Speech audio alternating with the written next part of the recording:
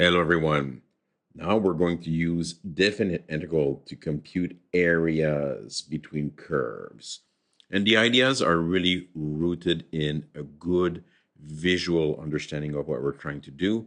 And then the formula or the computations follows very nicely. So suppose we start with two functions. Let's say the first one is called f and the second one is called g. And suppose they're both defined over a closed interval AB.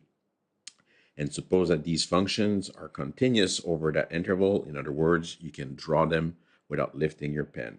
And if the function f is always on top, so bigger or equal to g on that interval AB, if you're trying to compute the area between these two curves, you can simply compute the indefinite integral from a to b of the equation given by the formula of f minus the formula of g.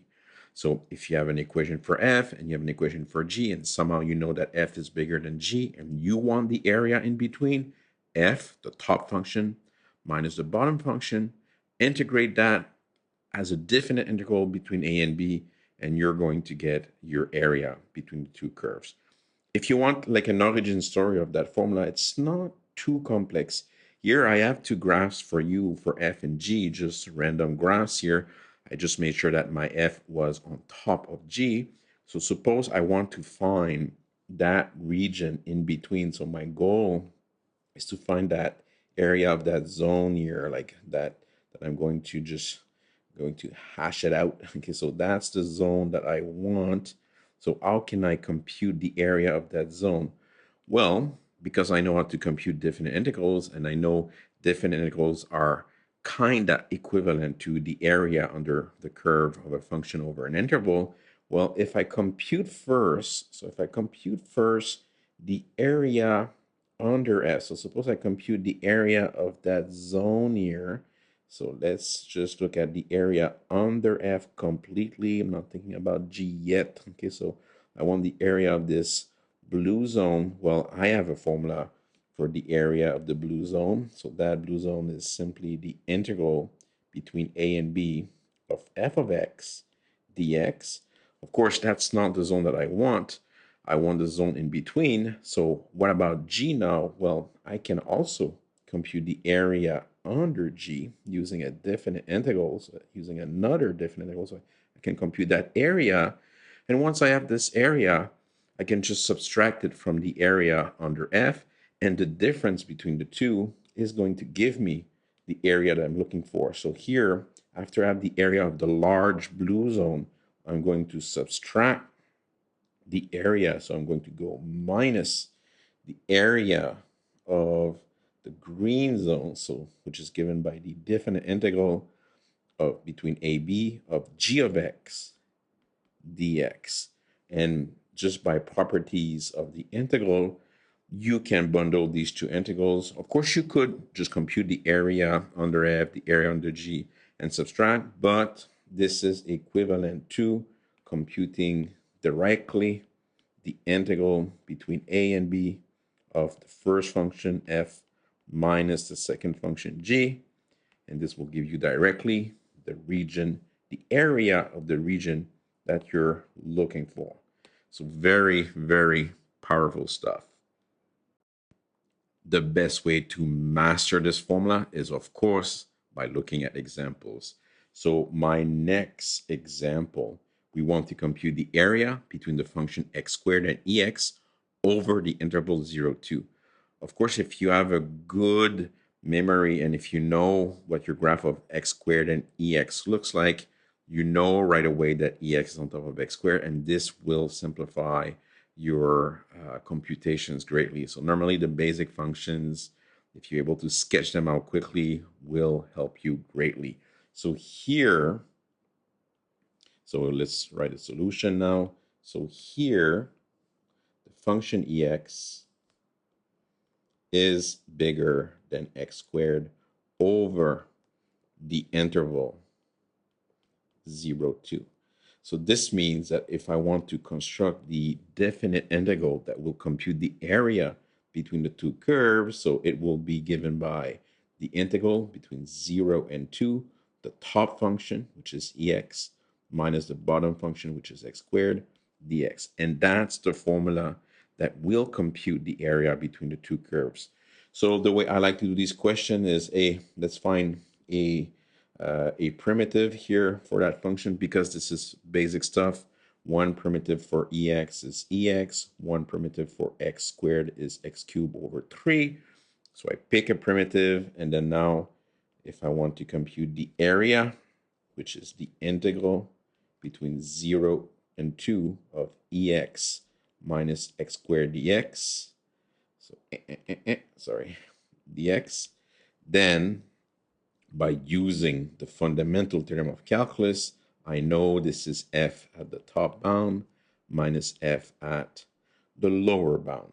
So f at the top bound, freshly computed here, is e squared minus 2 cubed over 3 minus e to the power of 0 minus 0 cubed over 3.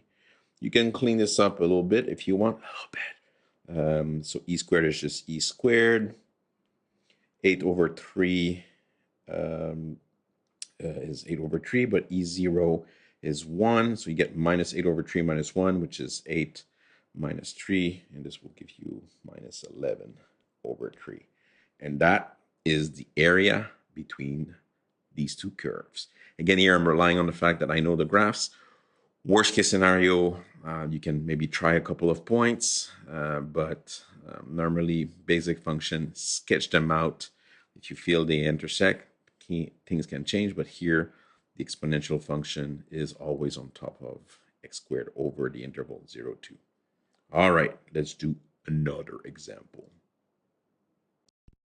Before doing my next example, I want to go over some remarks. First, always, like when you're doing that integral, always make sure you know which function is on top and which function is at the bottom, so that you can set up your definite integral to compute it. Ideally, you do it with the graphs of the function, but you can also sometimes get around this just by using some outputs, trying to figure out which one gives you bigger outputs. So you can do it normally, also numerically, but I find the most efficient way is to do it with the graphs. And if a function does not specify where you're going to compute the area between the two curves, then you have to figure out what region is enclosed between the two graphs by solving when are those two functions equal to each other. So by looking for intersection points, and then these intersection points are going to be giving you the bounds of your definite integral. And my next example is exactly aligned with this idea. So let's compute the area. We'll compute the area. So let's just fix this here. Compute the area enclosed by the curve y equal x squared plus 1 and y equal minus x plus 3.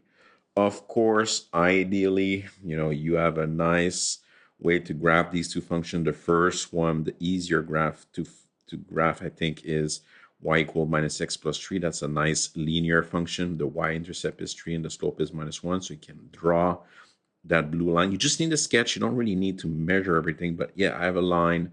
Y-intercept is 3. It's going down. And then the other one, that's a nice quadratic equation. The plus 1 is just going to shift it up by 1 unit. And once you have those two graphs sketched, you will see that they intersect at 2 points. You might not be able to see where they intersect exactly, but you're going to solve this using algebra in general. So if you are looking for your intersection points, here we go, intersection points.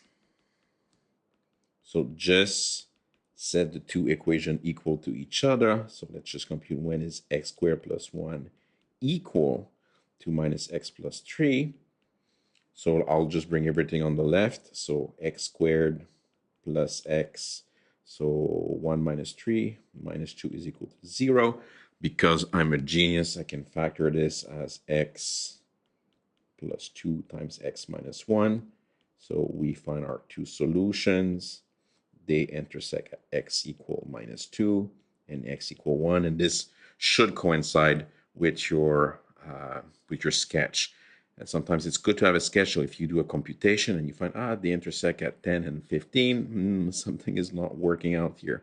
So it would make sense with my sketch that they intersect at -2 and 1. Again, here I have the exact graphs. For you, just need a sketch and get an idea. So this will be, these 2 points are going to be my bounds of integration. So which one is on top of which here? Well, so I can see here with my sketch that -x plus 3 is bigger or equal than x squared plus 1 over that interval -2, 1, then I know that the area is going to be given by the definite integral between -2 and 1, the top function, which is -x plus 3, minus the bottom function, which is x squared plus 1. Now, if I clean this up before integration, it's always worthwhile to clean these equations. So the less term you have, the less integration you have to do. So the bounds are not changing. I'll put my x squared term first. So minus x squared, minus x is alone. So minus x and plus 3 minus 1 will be plus 2. And that's my equation to integrate. So here, I like to find a primitive on the side. So one primitive for minus x squared will be minus x cubed over 3. For x, it's going to be x squared over 2. For 2, it's going to be 2x. I could add a constant in there, but that's just going to be ugly. So this means that now, if I want to continue here, I can use this freshly constructed antiderivative, and I can write this using the first fundamental theorem of calculus as f at 1 minus f at -2. So remember, now I need to use big F. So big F at 1 is going to be -1 cubed over 3 minus 1 squared over 2 plus 2 times 1. So that's my big F at 1 minus, now the exact same thing at -2. So just be careful with brackets here. So minus -2 cubed over 3 minus -2 squared over 2 plus 2 times -2. That's the end of my evaluation at -2. And now if you do the math, so you can double check that, this will give you a nice clean 4.5. And that's the area enclosed between this line and this quadratic. And the only region that is enclosed between these two are between the 2 points where they intersect, so between -2 and 1. And that area is 4.5. Remember, every time you're asked to compute an area, the answer is always going to be positive. Definite integrals can be positive or negative, but when you're setting up a definite integral to compute an area, it's always, if you're doing your computation correctly, it's always going to give you something positive. Okay, remember that if you find something negative, either you made a mistake or maybe your setup is wrong. So now what happens if you are given two functions over a specific interval, but f is not always on top of g? Suppose they are changing position at some point in time. Like in my example here, suppose my function f in blue is on top of g between a and some intersection point c, and then after c, the function g is now on top of f. And we want the area over the interval AB. So we want the full area between A and B. Well, the trick is fairly simple. You just break this region into two regions because between A and C, F is on top. So you can define or you can compute this area between A and C as the definite integral of F minus G, because F is on top of G between A and C. So look at the bounds of integration here. So from A to C, the intersection point. And then after that, from C to B, now G is on top of F. So you can compute this area by computing the definite integral of G minus F of X. So the trick when you have two functions in general is to always, and you have a specific interval in mind, you always have to check if they intersect at points over that interval, because when they do, typically they might change position, and you just have to set up different definite integrals in order to compute these different areas, and then you just add them up together. So, of course, the best way to assimilate this new idea is by looking at one example. So let's find the area of the region between the linear function y equal x plus 3 and the radical function y equal 4 root of x. And we want the area between these two functions over the interval 0, 10. Again, if you know how to sketch these functions, it's going to be way faster to create everything, but you can do this question with no picture whatsoever. The first thing you need to do is, of course, figuring out the intersection points by setting those two equations equal to each other. So when is the line equal to 4 root of x? So this is a radical equation, so you need to isolate the radical term, which means that it's already isolated here. So I'm taking that radical term and I'm squaring it, but whatever I do on the left, I also need to do it on the right. So you're squaring both sides, and as you're squaring both sides, on the left, you're getting x squared plus 6x. So when I'm foiling that x plus 3 squared, you're getting x squared plus 6x plus 9. And 4 root of x, 4 squared is 16, and root of x squared is just x. Now I see this is now a quadratic equation. I bring everything on the left. So x squared plus 6x minus 16x, that's the minus 10x plus 9 equal to 0. You can either factor quickly two numbers that multiplies to 9 and adds up to minus 10. So x minus 1 times x minus 9. That's the way. Or you can use the quad formula to find 1 and 9. So two intersection point, two potential intersection point, two solutions. So at 1 and at 9, these two equations are equal. But always make sure that these are true intersection point by plugging these two answers back in your equation. And here, 1 plus 3 is 4, and 4 root of 1 is 4. So it works. 1 is a true solution. Same thing for 9. 9 plus 3 is 12. And square root of 9, which is 3 times 4, will give you 12 also. So those 2 points, 1 and 9, are 2 intersection points for those 2 curves. Again, I have the graphs here of my line and my root, and I can see which one is on top of which. If you don't have the graph, or if you have a harder time graphing these functions, just do the algebra, find that 1 and 9 are solution. And now, since my interval is between 0 and 10, I wonder what's up between those two functions between the interval 0, 1. Well, with my graph, I can see that x plus 3 is on top of 4 root of x, but what you could do is just pick a value in between, and here 0 is a perfect value to start. And if you evaluate your line at 0, you get 0 plus 3, which is 3. Meanwhile, 4 root of 0, that's 0. So I know my line is giving a bigger output. So I know my line is my top function. So this means that this first region that I have here in pale green is given by the definite integral of the line minus the radical. So x plus 3 minus 4 root of x. And then for the second region between 1 and 9, so for the second region here between 1 and 9, oops. So here for the second region between 1 and 9, how come this is not?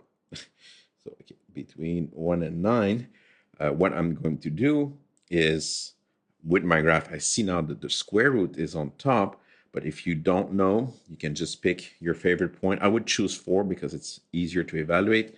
Square root of 4, which is 2 times 4, that's giving me an 8.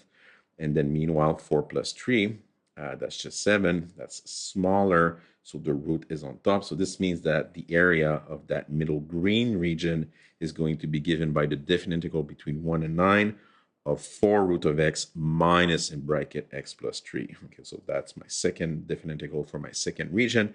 And finally, between 9 and 10, you can verify visually or numerically that the line will be back on top. So if you want the area of the darker green region, you need to compute the definite integral between 9 and 10 of the line x plus 3 minus the root function for a root of x. And as an exercise, I'll let you figure out the numerical detail. They're not too challenging here, but you can verify that the final answer, the area of this zone, okay, is given by 6.3393. So again, just in a nutshell, two functions over an interval, set the two equations equal to each other, find the solutions which will typically correspond to the intersection points, and set up your definite integrals between these points over the specific interval, figure out which one is on top, which one is at the bottom, and then you can always go integrate top minus bottom for each zone. So this is just the same question, but just broken into pieces. And by adding everything together, just by being careful, you will get the area between the two curves. All right, so for this, a beautiful section of areas between two functions, that's it. That's all. Bye-bye.